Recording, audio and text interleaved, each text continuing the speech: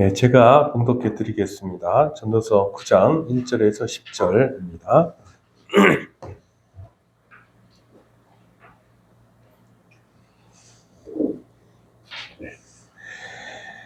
이 모든 것을 내 마음에 두고 이 모든 것을 살펴본즉 의인들이나 지혜자들이나 그들의 행위나 모두 다 하나님의 손안에 있으니 사랑을 받을는지 미움을 받을는지 사람이 알지 못하는 것은 모두 그들의 미래의 일들임이니라.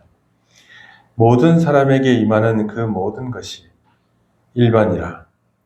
의인과 악인, 선한 자와 깨끗한 자와 깨끗하지 아니한 자, 제사를 드리는 자와 제사를 드리지 아니하는 자에게 일어나는 일들이 모두 일반이니 선인과 죄인, 맹세하는 자와 맹세하기를 무서워하는 자가 일반이로다. 모든 사람의 결국은 일반이라. 이것은 해 아래에서 행해지는 모든 일 중에 악한 것이니 곧 인생의 마음에는 악이 가득하여 그들의 평생에 미친 마음을 품고 있다가 후에는 죽은 자들에게로 돌아가는 것이라. 모든 산자들 중에 들어있는 자에게는 누구나 소망이 있으면 산자가 죽은 사자보다 낫기 때문이니라. 산자들은 죽을 줄을 알되 죽은 자는 아무것도 모르며 그들이 다시 상을 받지 못하는 것은 그들의 이름이 잊혀진 바 됨이니라. 그들의 사랑과 미움과 시기도 없어진 지 오래이니 해 아래에서 행하는 모든 일 중에서 그들에게 돌아갈 몫은 영원히 없느니라. 너는 가서 기쁨으로 내 음식물을 먹고 즐거운 마음으로 내 포도주를 마실지어다. 이는 하나님이 내가 하는 일들을 벌써 기쁘게 받으셨음이니라. 내 의복을 항상 희귀하며 내 머리에 향기름을 그치지 아니하도록 할지니라. 내 헛된 생명의 모든 날, 곧 하나님이 해 아래에서 내게 주신 모든 헛된 날에 내가 사랑하는 아내와 함께 즐겁게 살지어다. 그것이 내가 평생에 해 아래에서 수고하고 얻은 내 몫이니라. 내 손이 이를 얻는 대로 힘을 다하여 할지어다. 네가 장차 들어갈 수월에는 일도 없고 계획도 없고 지식도 없고 지혜도 없음이니라. 아멘.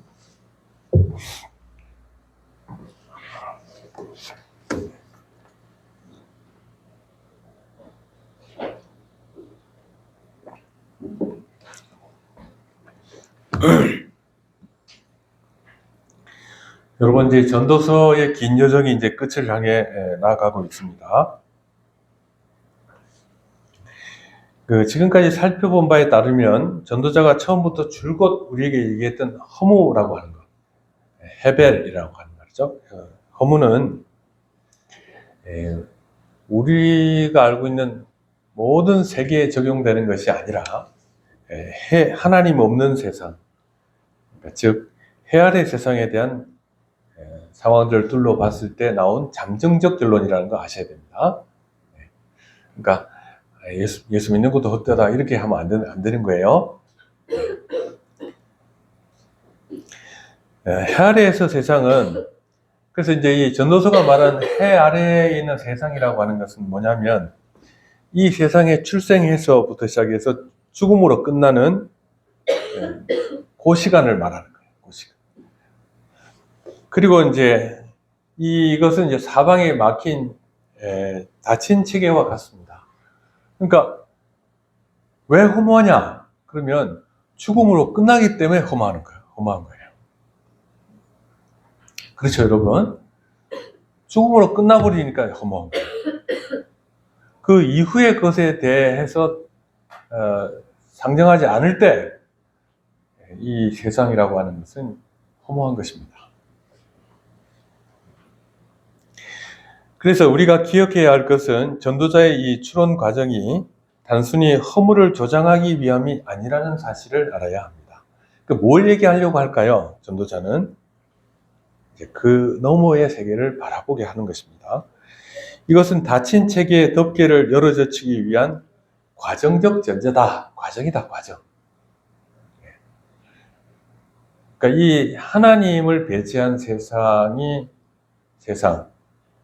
그것으로 모두 끝난다고 할 때 이 세상이 얼마나 허무한지를 사람들로 하여금 알게 하기 위한 장치인 것입니다. 만약에 이제 이런 이 해아래 세상 이후의 것들을 염두에 두지 않고 전도자가 이 얘기를 썼다라고 하면 그것은 그저 세상을 비관적으로 바라보는 어느 지성인의 허무한 푸념에 지나지 않는다. 해답이 없습니다.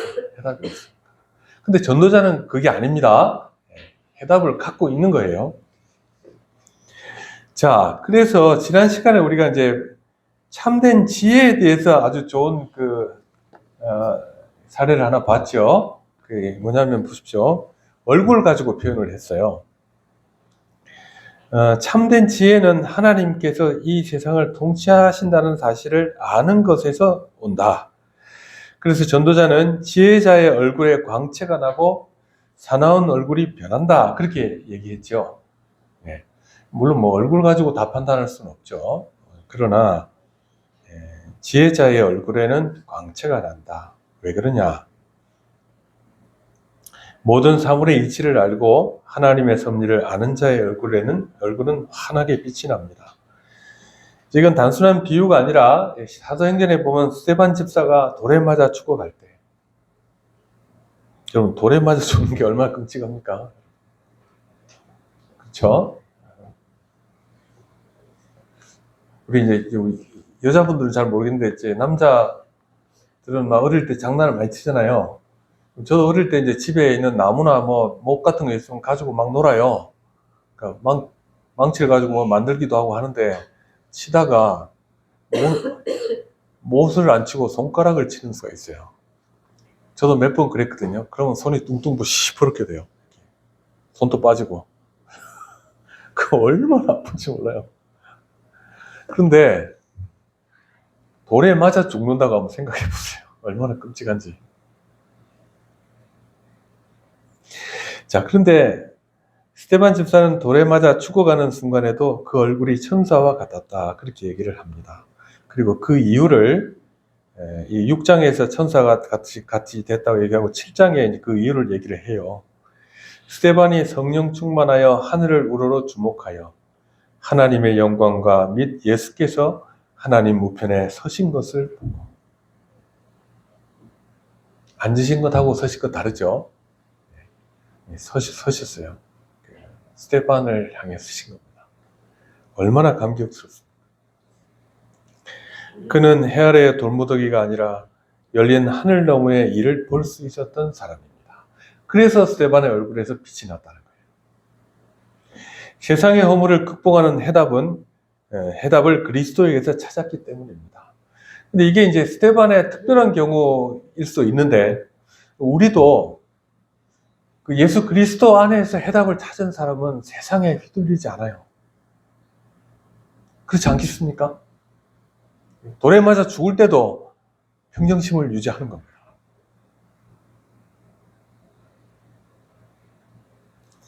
자, 반면에 이 땅의 것만 바라보는 사람들은 어떻습니까? 자신의 힘과 지혜를 의지해야 하는데 세상은 내 뜻대로 되지 않습니다. 그러니 늘 불안하고 그 얼굴이 사나울 수밖에 없습니다. 세상의 전모를 알지 못하고 안다 한들 그것을 극복할 능력이 없기 때문에 사람들은 사나워지는 거예요. 그래서 하루하루를 아주 그냥 폭주 기관차처럼 그렇게 달리면서도 왜 달리는지를 몰라요.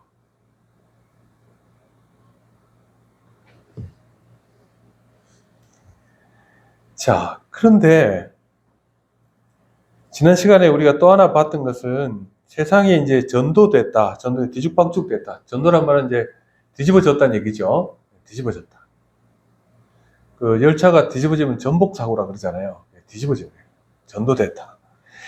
악인이 상을 받고 의인이 고통받는 전도된 현실이 우리를 괴롭게 합니다. 그러니까 의인이 고통을 받고 악인이 상을 받는 일. 이것은 다른 말로 하면 원칙이 무너진 사회입니다. 그러면 착한 일 할 필요가 없죠. 예. 그러니까 도덕성은 힘을 잃고 우리의 모든 계획은 빛이 바랍니다.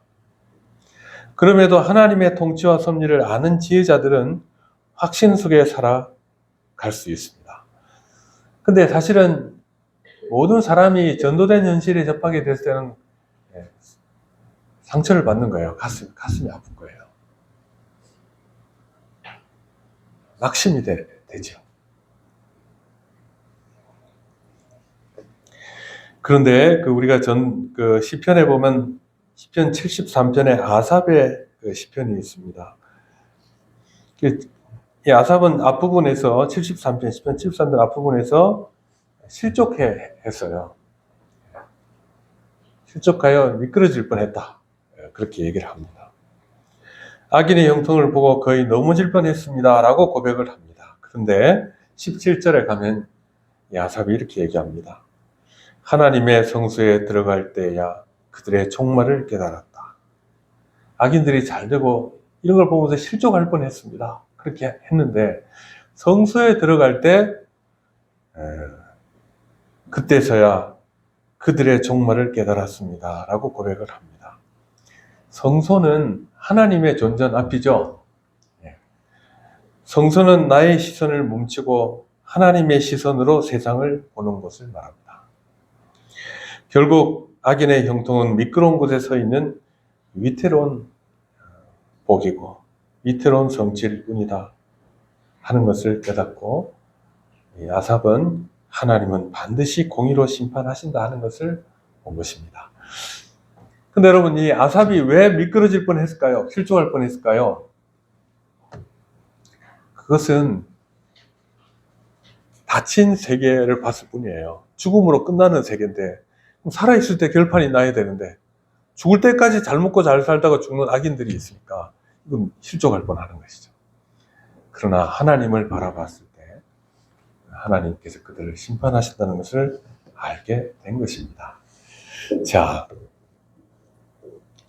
그럼 이제 오늘은 또 여기서 조금 더 나가요. 물론 다른 얘기는 아닙니다만, 자, 전도서 9장 1절 우리 같이 한번 읽겠습니다. 자, 시작. 이 모든 것을 내가 마음에 두고 이 모든 것을 살펴본즉 의인들이나 지혜자들이나 그들의 행위나 모두 다 하나님의 손안에 있으니 사랑을 받을는지 미움을 받을는지 사람이 알지 못하는 것은 곧 그들의 미래의 일들임이니라.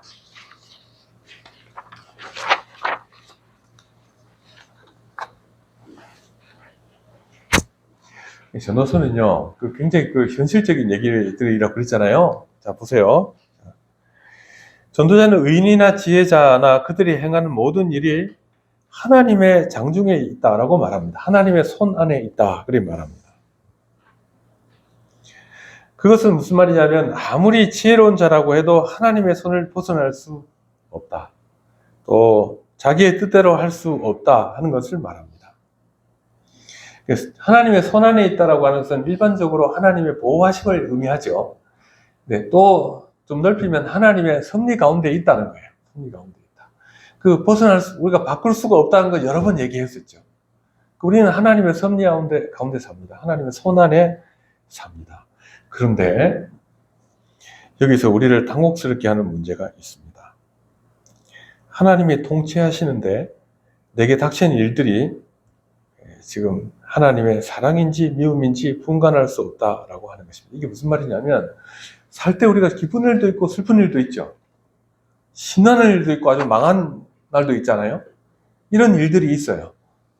근데 이런 일들이 있을 때마다 이거 하나님께서 나를 사랑하셔서 주신 일이냐 나를 미워하셔서 주신 일인지를 헷갈릴 때가 있다는 거예요. 자,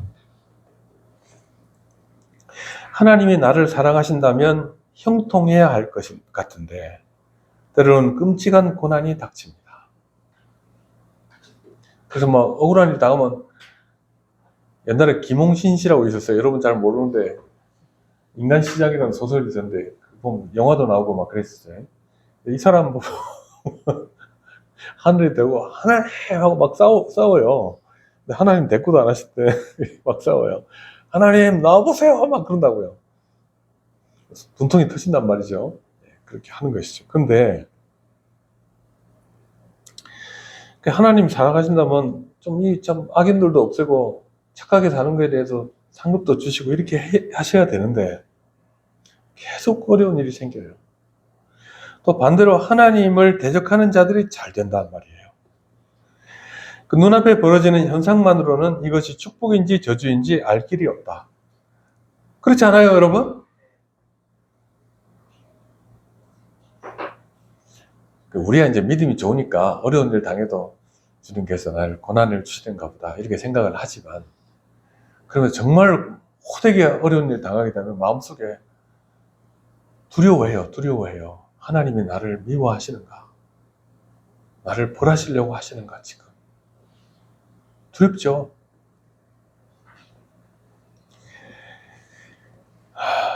그래서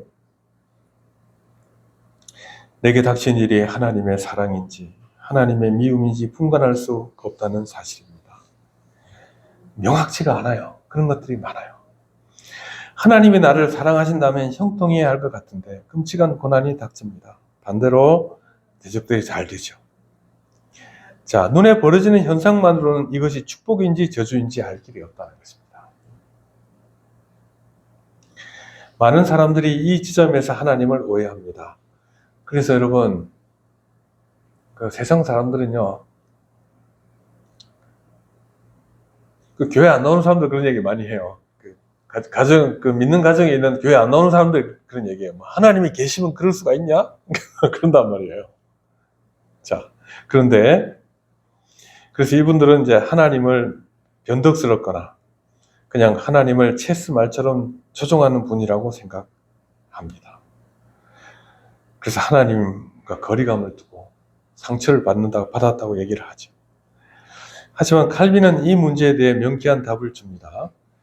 하나님께서 우리 앞날을 알 수 없게 하신 것은 의심하라는 뜻이 아니라 눈에 보이는 현상을 넘어 눈에 보이는 것만 가지고 사는 게 아니라 믿음을 가지고 살아가라 하는 뜻이라는 것입니다. 자, 그러니까 지금 이제 여기서 분명히 해야 될 건 이거예요. 보십시오. 하나님은 외적인 축복을 주실 때 그게 우리를 꼭 사랑하기 때문에 주시는 징표만은 아닐 수도 있다는 거예요. 예? 예.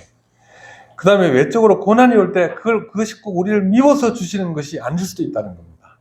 그러니까 무슨 말이냐면 그럼 더 혼란스럽지 않습니까? 그게 아니라 우리의 모든 일은 어쨌든 하나님의 장중에 있는 것이다 그 말이에요. 근데 어려운 일을 당한다고 하나님 나를 미워하셔. 좋은 일 있다고 하나님 나를 사랑하셔. 그렇게 일희일비하지 말라는 거예요. 더 넓은 안목에서 모든 것이 하나님의 일이다 그 말이에요. 여러분, 하나님께서 욥을 사랑하십니까? 사랑하지 않으십니까? 사랑하시고 자랑하시잖아요. 근데 욥에게 뭘 허락하시죠? 고난을 허락하시잖아요.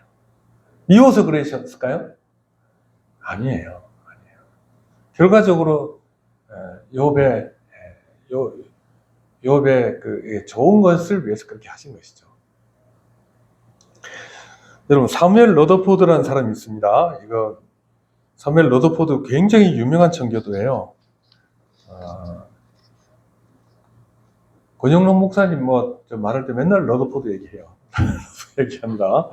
근데 이제 이 유명한 청교도인데 이 사람이 이제 그 장로파 청교도로 있으면서 박해를 많이 당했습니다.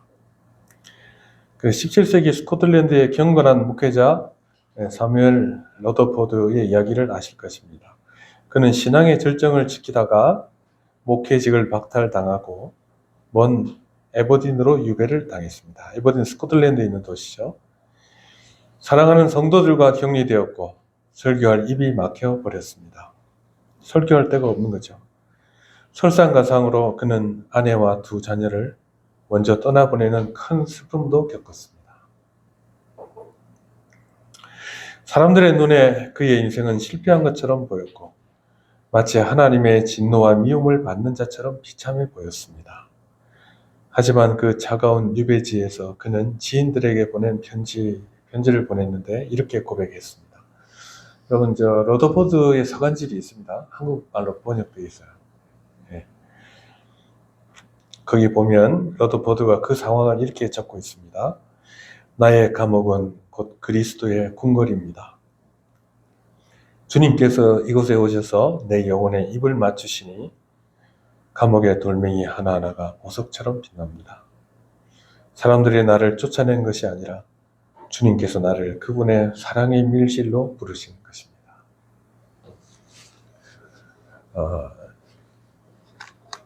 그러니까 고난을 당한다고 해서 주님께서 여러분을 미워하시는 거 아니에요.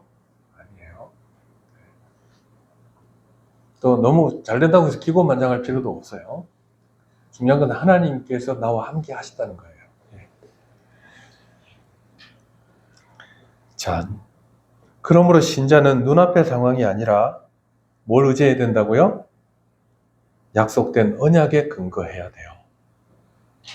상황에 일희일비할 것이 아니라 하나님의 약속의 말씀에 근거해서 살아야 합니다. 약속에 보면 뭐라고 되어 있죠? 하나님께서 우리를 사랑하신다고 하시잖아요. 여러분, 약속과 언약은 좀 의미가 다르거든요. 약속은 뭘로 이루어져 있을까요? 자, 언약은 약속들로 이루어져 있습니다. 그래서 우리는 약속들을 통해 언약을 아는 거예요.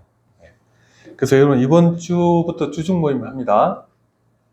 수요일 날 밤 9시에 하는데 거기 시간 꼭 안 되시는 분들을 위해서 한 번 더 모임을 할 것입니다. 근데 모임 시간은 9시입니다. 수요일 9시.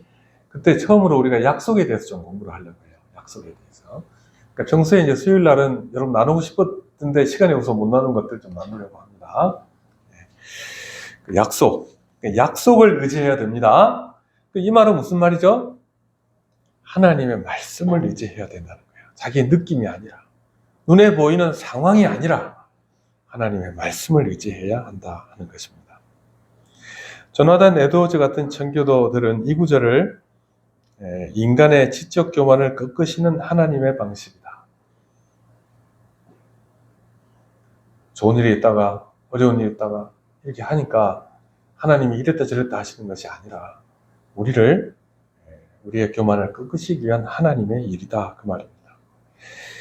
내 의로움과 지혜를 공로로 내세울 수 없게 하시고 오직 하나님의 주권적 작정에 맡기시는 것, 이것이 바로 우리가 결과적으로 얻을 수 있는 것은 우리의 삶은 오직 하나님의 은혜 아래에 있는 것이구나, 오직 은혜구나 라는 것을 알게 하시려는 의도이다 그 말입니다. 자, 그러니까 여러분, 삶에 여러 종류의 일이 닥치더라도 하나님 나를 미워하시는가, 나를 사랑하시는가, 그것을 그 일로 인하여 판단하지 마시라 그 말입니다. 자, 그 다음에 2절 3절을 읽겠습니다. 자, 시작. 모든 사람에게 임하는 그 모든 것이 일반이라. 의인과 악인, 선한 자와 깨끗한 자와 깨끗하지 않은 자, 제사를 드리는 자와 제사를 드리지 아니하는 자에게 일어나는 일이 모두 일반이니 선인과 죄인, 맹세하는 자와 맹세하기를 무서워하는 자가 일반이로다. 모든 사람의 결국은 일반이라. 이것은 해 아래서 행해지는 모든 일 중에 악한 것이니 곧 인생의 마음에는 악이 가득하여 그들의 평생에 미친 마음을 품고 있다가 후에는 죽은 자들에게로 돌아가는 것이라. 여러분, 뭘 얘기하죠? 죽음을 얘기합니다. 죽음.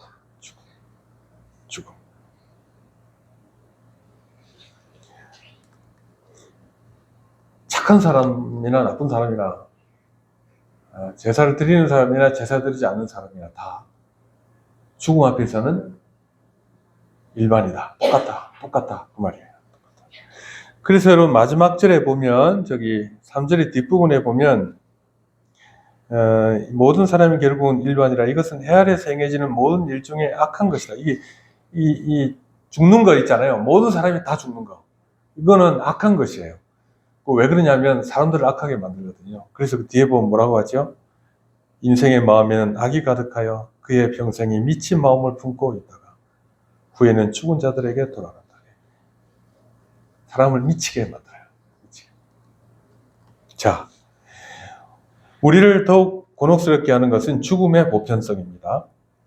의인이나 악인이나 제사 드리는 자나 안 드리는 자나 결국 똑같이 죽습니다. 믿는 자와 불신자가 다르다고 우리가 아무리 우겨봐도 죽음이라는 냉혹한 현실 앞에서는 모든 확신이 무너지는 듯 합니다. 그래서 개혁신학자들은 이제 이 구절을 이렇게 얘기합니다. 존재론적 동일성이 아니라 현상학적 동일성이다. 굉장히 어렵죠, 여러분. 네. 이것은 현상이라는 거예요, 현상. 현상으로는 다 죽어요. 다 죽어요. 근데 이게 존재론적 의미는 아니라는 거예요. 그렇죠? 다 죽죠? 쉽게 말해 겉으로 드러나는 현상, 육체적 죽음은 똑같다는 것입니다. 그래서 여러분, 아담 이후에 죄의 삭슨 사망이기에 모든 사람이 피할 수 없는 운명이다, 죽음이라고 하는 것은. 모든 사람이 죄를 범하였음에 하나님의 영광에 이르지 못하더니 그랬고요. 죄의 삭은 사망이다. 그랬어요. 그러니까 심판대 앞에서는 명백한 구별이 있겠지만 우리가 살아가는 이 세상, 이미와 아직 사이를 살아가는 종말론적 상황 속에서는 모든 것이 똑같다. 똑같이 죽는다. 별 수 없네. 만약 이 죽음 너머를 보지 못한다면, 신명기적 역사관에 갇혔다면 악인의 장수와 의인의 요절은 부조리 그 자체입니다. 그러니까 여러분, 신명기적 사관이 뭐냐면요. 여러분, 신명기적 사관이라는 게 있어요. 우리 개혁주의 받아들이지 않은데 성경학자들 그렇게 얘기합니다. 여러분, 성경 보면 신명기적 사관이 쭉 어디까지 얘기하면 역사서 이어진다고 주장을 해요. 거기 보면 하나님의 말씀을 잘 들으면 복을 받고 계명을 어기면 저주를 받는다. 이거예요.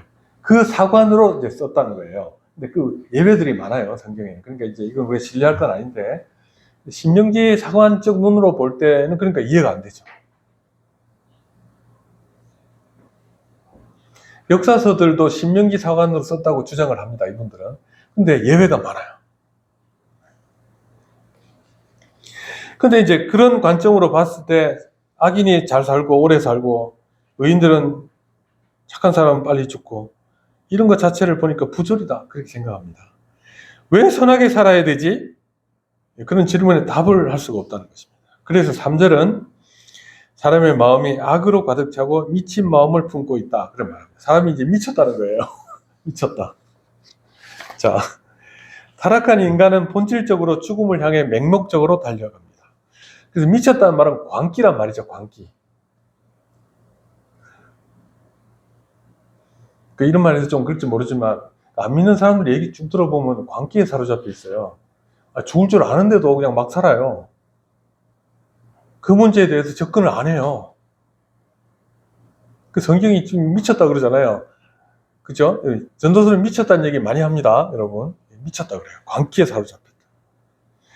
죽음이 예정되어 있는 공포를 잊기 위해 사람들은 어떻게 하냐면 쾌락, 권력, 성취 같은 미친 짓에 몰두합니다. 그래서 파스칼은 이제 이런 행동들을 보고 이걸 뭐라고 하냐면 회피 기제다 이렇게 얘기합니다. 심리학적 용어인데요. 무슨 말인지 줄을 달아놨습니다. 그러니까 상황, 감정으로부터 도망쳐 심리적 안정감을 얻으려는 방어 기제예요. 죄 짓고 나서 오히려 여러분 보면 오히려 막 죄 짓는 사람 죄 짓고 나서 말이에요. 오히려 착한 일 많이 하거든요. 그걸 통해 마음의 위안을 얻는 거예요. 그죠? 나쁜 짓 해놓고는 또 자기 인생에 열심히 축실하는 모습을 보여줘요. 방어 기제일 뿐이라는 겁니다. 자신의 비참한 운명을 직시하지 않으려고 술이나 오락, 일에 빠져 죽음의 공포를 마취시키는 것. 이것이 회피 기제라고 하는 것입니다. 근데 여러분, 이건 굉장히 실제적이에요. 여러분 죄 짓고 나서 그렇게 하죠. 죄 안 진 것처럼 그렇게 하죠. 그걸 통해 마음 위로를 좀 얻죠. 분위기를 바꾸죠. 이렇게 하는 겁니다. 자, 그러면 4절부터 6절 또 읽어보십시다. 죽음에 대한 그 다음 이야기예요. 자, 시작.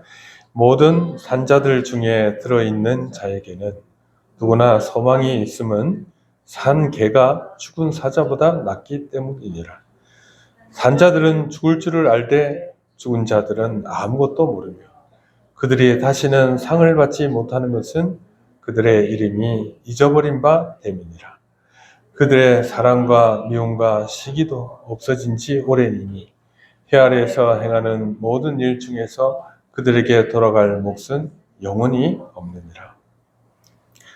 전도자는요, 내가 부끄럽게 사느니 내가 명예롭게 죽겠다라고 하는 말을 갖다가 헛소리라고 하는 겁니다. 무슨 얘기냐면 산 개가 죽은 사자보다 낫다. 그렇게 얘기하는 거예요. 개처럼 살더라도 죽어버린 용맹한 사자보다 그게 낫다. 왜 그러냐? 왜냐하면 산자에게는 아직 소망이 있기 때문이다. 죽은 자는 아무것도 모른다. 그래서 제가 여기 작은 제목 달아놨죠. 죽은 자는 말이 없다. 죽은 자는 아무것도 못해요. 웨스민스터 신앙고백서에 따르면 신자의 영혼은 즉시 주님 곁으로 가지만 여기서 아무것도 모른다는 말은 해 아래 세상에서의 단절을 의미한 문학적 표현입니다. 그러니까 여러분, 이 말이 전도자가 이렇게 말했다고 해서 사후의 세계에 대해서 부정하는 거 아니란 말이에요. 그러니까 지금 현실을 그렇게 표현한 거다 그 말이에요. 죽음은 이 세상에서 무언가를 계획하고 수행할 능력이 상실되는 시점입니다. 이 세상과는 절연다는 거예요. 아무것도 못해요. 메투엘의 말처럼 죽음은 은혜의 방편이 종결되는 시점입니다. 여러분, 은혜를 받아야 구원받을 건데 이제 끝났어요. 반대로 살아있다는 것은 아직 회개할 기회, 구원받을 기회, 하나님께 돌아갈 기회가 있다는 뜻입니다. 여러분, 그러니까요, 살아있을 때 해야 돼요. 자, 여러분, 프랑스 루브르 박물관 누구 가보셨습니까? 예. 저는 대형 박물관 가봤습니다. 루브르 박물관은 못 가봤습니다. 거기 가면 모리츠 레츠라고 하는 사람이 그린 체스 게임이라는 유명한 그림이 있다고 합니다. 그림 속에는 악마와 한 청년이 체스를 두고 있습니다. 청년의 영혼을 걸고 이제 체스를 두는 거예요. 청년과 누구요? 악마가. 악마는 회심의 미소를 짓고 있고 청년은 패배의 절망에 빠져 머리를 감싸쥐고 있습니다. 누가 봐도 막다른 골목, 체크메이트, 외통수에 걸린 겁니다. 외통수예요. 자, 이 그림이 이제 뭘 말하는지 아시겠죠? 이제 외통수 걸려서 이제 끝났어요. 체스 경기 끝났습니다. 그런데 어느 날 체스 챔피언인 폴 모피라는 사람이 이 그림을 한참 뚫어지게 쳐다보다가 갑자기 소리를 질렀습니다. 왜 그러냐면 외통수에서 벗어날 길을 찾은 거예요. 자, 아니야, 아직 끝나지 않았어. 왕에게 한 수가 남아있어. 이렇게 얘기했답니다. 끝난 줄 알았는데 그치 아니에요. 그러니까 체스판이 다 뒤집어지기 전이죠. 여러분, 이 유명한 말이 또 있어요. 여러분, 아까 일반이라고 그랬잖아요. 그 서양 속담 중에 이런 말이 있어요. 체스 경기가 끝나면 모든 말은 한 통에 들어간다. 무슨 말인지 아시겠습니까? 체스판 보면 왕도 있고요, 여왕도 있고, 기사도 있고, 영주도 있고 다 있어요. 경기 끝나면 다 한 통에 들어가요. 쫄병들하고 같이 들어가요. 근데 끝난 줄 알았는데 끝이 아니라는 거예요. 이 기회가 있다는 것이 우리에게 얼마나 큰 의미가 있냐. 살아있다는 거. 여러분, 살아있죠? 우리. 네, 살아있습니다. 이것이 산자의 특권입니다. 죽으면 사랑도 미움도 시기도 다 사라집니다. 우리가 살아생전 그토록 집착했던 감정들, 남을 향한 질투와 분노도 죽음과 함께 증발해 버립니다. 부자와 나사로의 얘기를 기억하십니까? 지금 죽음 이후에는 다시는 세상의 일에 관여할 수 없습니다. 그러므로 여러분, 일시적인 감정에 휘둘려 영원한 것을 놓치지 마십시오. 여러분, 우리가 살아있다는 것이 얼마나 중요한지 몰라요. 세상의 정력은 안개처럼 사라질 것입니다. 그러니까 오늘 하루를 잘 살아야 됩니다. 자, 그래서 이제 마지막 부분을 보겠습니다. 자, 시작. 너는 가서 기쁨으로 내 음식물을 먹고 즐거운 마음으로 내 포도주를 마실지어다. 이는 하나님이 내게 한 일을 벌써 기쁘게 받으셨음이니라. 내 의복을 항상 희게하며 내 머리에 향기름을 그치지 아니하도록 할지니라. 내 헛된 평생의 모든 날, 곧 하나님이 해 아래에서 내게 주신 모든 헛된 날에 내가 사랑하는 아내와 함께 즐겁게 살지어다. 그것이 내가 평생에 해 아래에서 수고하고 얻은 내 몫이니라. 그랬습니다. 갑자기 죽음에 대해서 얘기하다가 뭘 얘기하죠? 지금 너는 음식을 먹고 포도주를 마셔라. 내가 하는 일을 하나님께서 벌써 받으셨다. 그 다음에 의복을 희귀하고 향기름을 머리에 바르는 것은 축제에 참여할 때 이렇게 한답니다. 유대인들이. 그 다음에 또 세 번째는 뭐죠? 사랑하는 아내와 함께 즐겁게 살지어다. 자, 이게 뭐죠? 수고하는, 헤어에서 수고하고 얻은 네 몫이다. 그렇게 얘기합니다. 자, 그런데요. 지금 죽음을 얘기하고 갑자기 이상한 얘기를 하지 않습니까? 자, 그렇다면 죽음이 오기 전 우리는 어떻게 살아야 되겠냐 할 때 어떻게 살아야 돼요? 즐겁게 살아야 돼요. 즐겁게. 근데 어떻게 즐겁게 삽니까? 죽음이 다가오고 있는데. 전도자는 놀랍게도 가서 먹고 마시고 즐거워하라고 명령합니다. 네가 하는 일을 하나님께서 받으셨기 때문이다. 이렇게 얘기합니다. 그러니까 이것은 하나님과의 관계가 회복된 의인에게 주시는 복이라는 걸 알아야 돼요. 의인에게 주시는 복이에요. 그 다음에 먹고 즐기라고 하죠. 예. 근데 이건 기독교는 금욕주의가 아닙니다, 여러분. 금욕주의 같죠? 근데 금욕주의 아닙니다. 금욕주의를 배격합니다, 여러분. 수도원 들어가가지고 막 피골이 상접해가지고 이렇게 하는 거, 그건 바람직한 삶이라고 안 합니다. 개신교에서는요. 자, 깔뱅이의 말대로 하나님은 우리의 필요뿐 아니라 즐거움을 위해서도 이 세상을 창조하셨다. 그렇게 갈빌이 말했습니다. 맛있는 음식, 따뜻한 옷, 그리고 사랑하는 배우자와 함께 사는 삶은 타락한 세상 속에서도 하나님이 베푸시는 일반 은총의 선물들입니다. 자, 그래서 여러분, 카르페 디엠이란 말이 있죠? 카르페 디엠 말 들어보셨죠? 카르페 디엠이란, 카르페는 붙잡으란 말이고요. 디엠은 오늘, 날들이에요, 날. 오늘을 어떻게 하라고요? 붙잡아라. 그러니까 하나님께서 오늘 주신 것을 붙잡고 즐겁게 살라는 거예요. 신자들에게. 카르페 디엠, 날들을 붙잡아라. 오늘을 붙잡아라. 그 말이에요.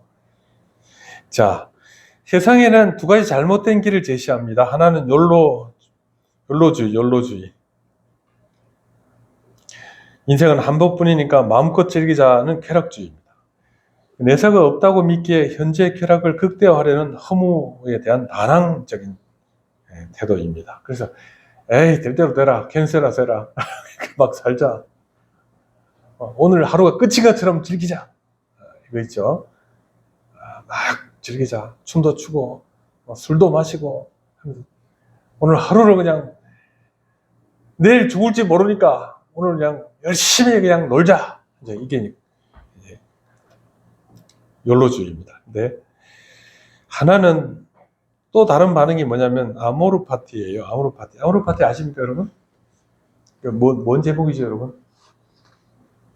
노래 제목이잖아요.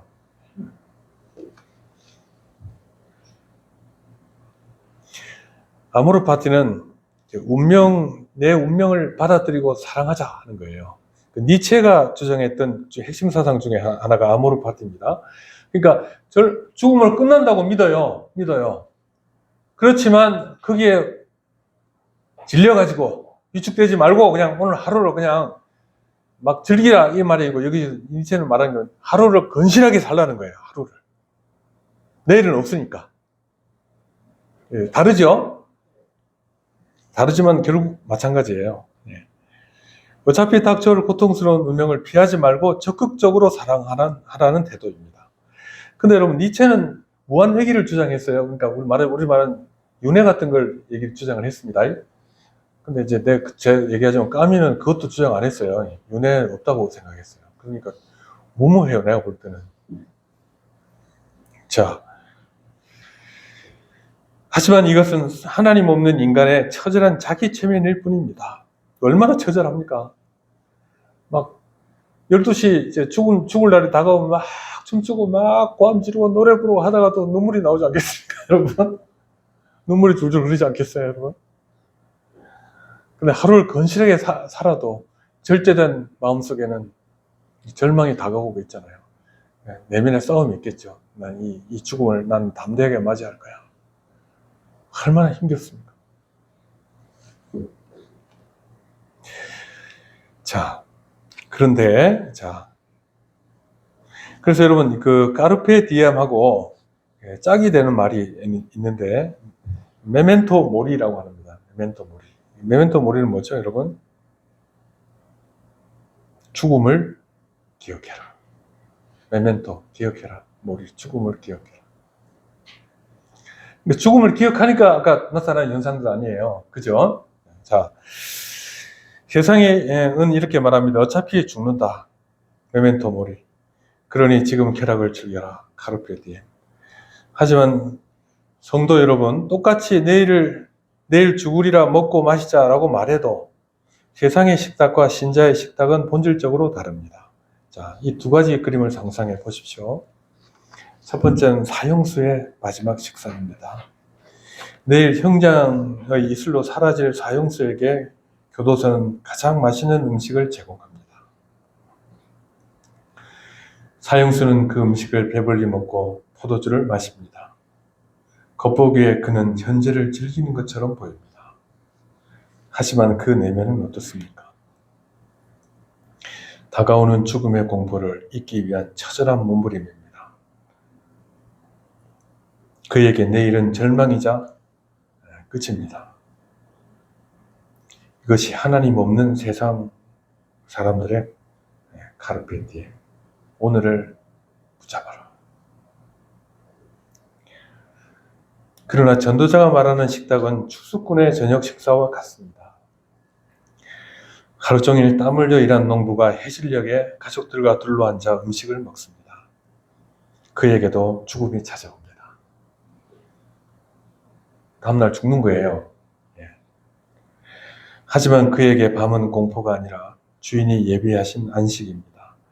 그는 내일 주인을 만나 칭찬받을 것을 알기에 오늘 주어진 음식에 진심으로 감사하며 기쁨으로 먹습니다.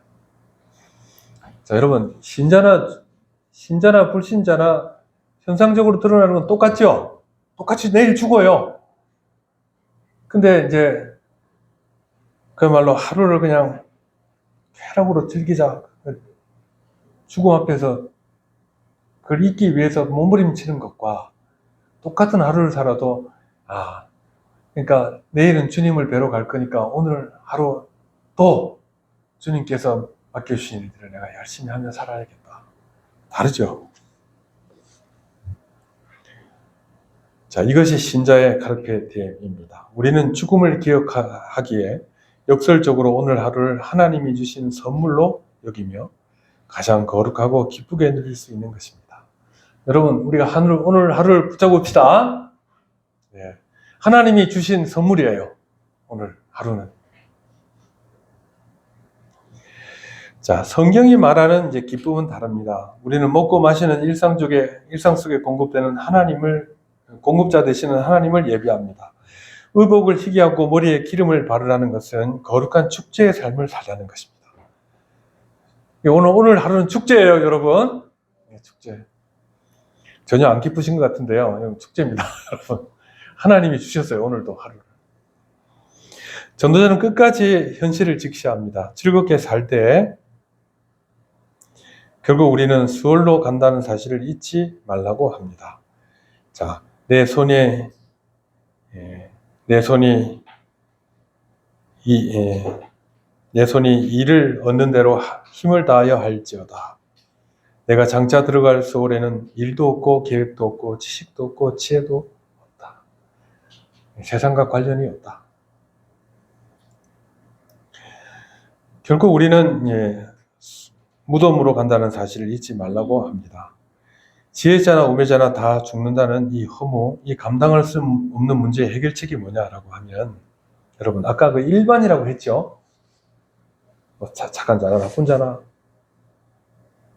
노인이나 아이나 다 죽을 때는 죽잖아요. 자, 왜 죽게 됐다 그랬죠 아까? 아담이 지은 죄 때문이나 그렇다 그랬죠. 그러니까 우리는 죽음이라는 것을 바라볼 때 그렇게 바라봐야 되는 거예요. 갑자기 나도 모르게 닥친 우연한 일이 아니라 하나님과 관계 속에서 우리에게 주어진 죽음이다. 그걸 이제 알아야 합니다. 자, 그러니까 오직 예수 그리스도께서 이 해결책을 제시해 주십니다. 주님은 죽음의 문을 깨뜨리고 부활하심으로 모든 허무의 독침을 뽑아버리셨습니다. 그러므로 내 사랑하는 형제들아 경고하며 흔들리지 말며 항상 주의 일에 더욱 힘쓰는 자들이 되라. 왜 그렇죠? 이는 너희 수고가 주 안에서 헛되지 않은 줄을 알다. 헛되지 않다. 주님 안에서 하는 일들은 헛되지 않다. 사도 바울의 이 선언은 모든 것이 헛되다는 전도자의 단식의 완벽한 해답입니다. 주 안에서 헛되지 않아요. 부활이 있기에 우리의 수고는 헛되지 않습니다. 히브리어로 그 허무란 말은 입김이란 뜻입니다. 근데 하나님의 영광이란 말은 카보드란 말은 무거움이에요. 그래서 여러분, 자, 마지막 얘기를 하나 하고 마칠게요. 얘기를 많이 하니까 설교가 길어지네요. 자, 여러분, 그 사금 채취하는 거 혹시 보셨죠? 사금 채취하는 거. 직접 보지는 못하고 TV 같은 데 봤죠? 자, 강가에서 사금을 채취하는 장면을 떠올려 보십시오. 광부가 접시에 모래를 담아 물에 대고 이렇게 흔듭니다. 그러면 가벼운 흙이나 모래는 물살에 다 씻겨 내려가고 가는 것입니다. 헤벨입니다. 허무입니다. 하지만 모든 것이 떠내려간 뒤에 바닥에 끝까지 남아 반짝이는 것이 있습니다. 금입니다. 금은 무겁기 때문에 그렇습니다. 이것이 카보드입니다. 영광입니다. 세월의 강물이 흐르면 우리의 젊음도 성취도 모래처럼 씻겨 나갈 것입니다. 하지만 예수 그리스도 안에 있는 여러분의 삶은 결코 떠내려가지 않습니다. 우리 영혼에 담긴 예수 그리스도의 묵직한 생명이 우리를 붙들고 있기 때문입니다. 훗날 하나님 앞에는 오직 이 영광스러운 믿음만이 순금처럼 빛나게 될 것입니다. 그러니 오늘 하루를 열심히 사십시다. 열심히. 우리는 비록 육신으로는 이 땅의 고통과 죽음을 겪지만 영적으로는 이미 그리스도와 함께 하늘에 안치운 자입니다.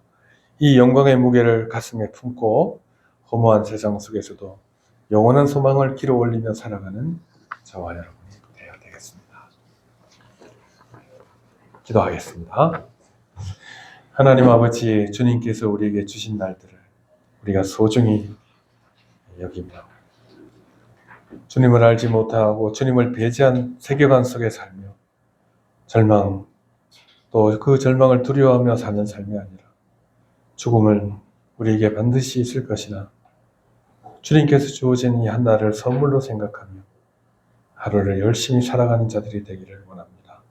그렇게 살아갈 수 있도록 주여 우리를 이끌어 주시고 인도하여 주시옵소서. 예수님의 이름으로 기도하옵나이다. 아멘.